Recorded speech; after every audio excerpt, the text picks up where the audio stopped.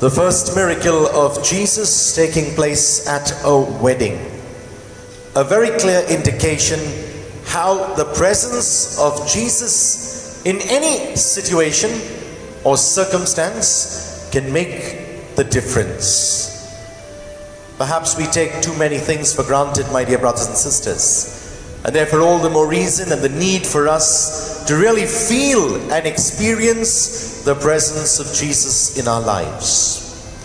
We celebrate today the feast, the memorial of Our Lady of Lourdes.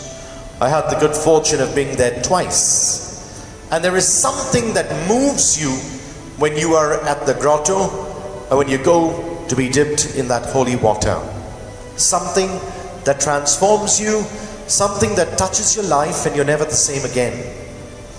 I had taken my youngest niece, and she's got long, beautiful hair.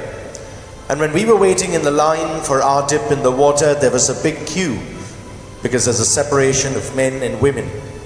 And I could see that the women's section was equally crowded. And still awaiting my turn, I just happened to turn around and I could see my niece standing behind me. And I said, "What happened? Have you finished?" And she said, "Yes, a kind lady saw me sitting there and she says, 'My girl, are you alone? Come in the front.'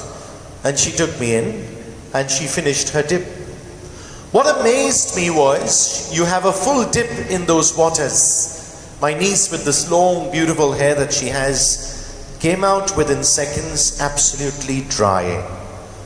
One looking at her would never have ever imagined that she had the dip in that water.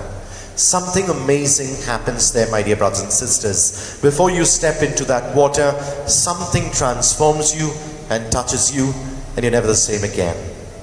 Our Lady makes a big difference in our lives.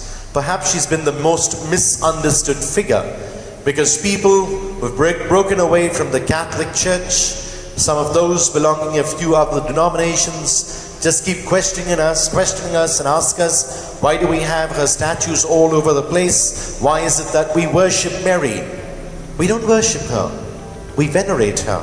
And we believe that she has this important role that has been given to her by God and by the Church, to be an intercessor on our behalf, to take all our requests to her Son Jesus, so that Jesus can take them to the Father.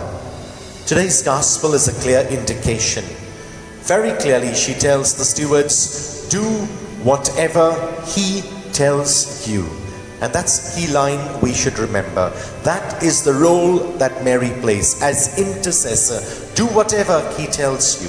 And when we listen to what he says, great things happen in our lives, like this first miracle that he performed. I pray that each one of us, my dear brothers and sisters, through the intercession of Mary, our Blessed Mother, may always be led to the care and protection of Jesus, our loving Savior.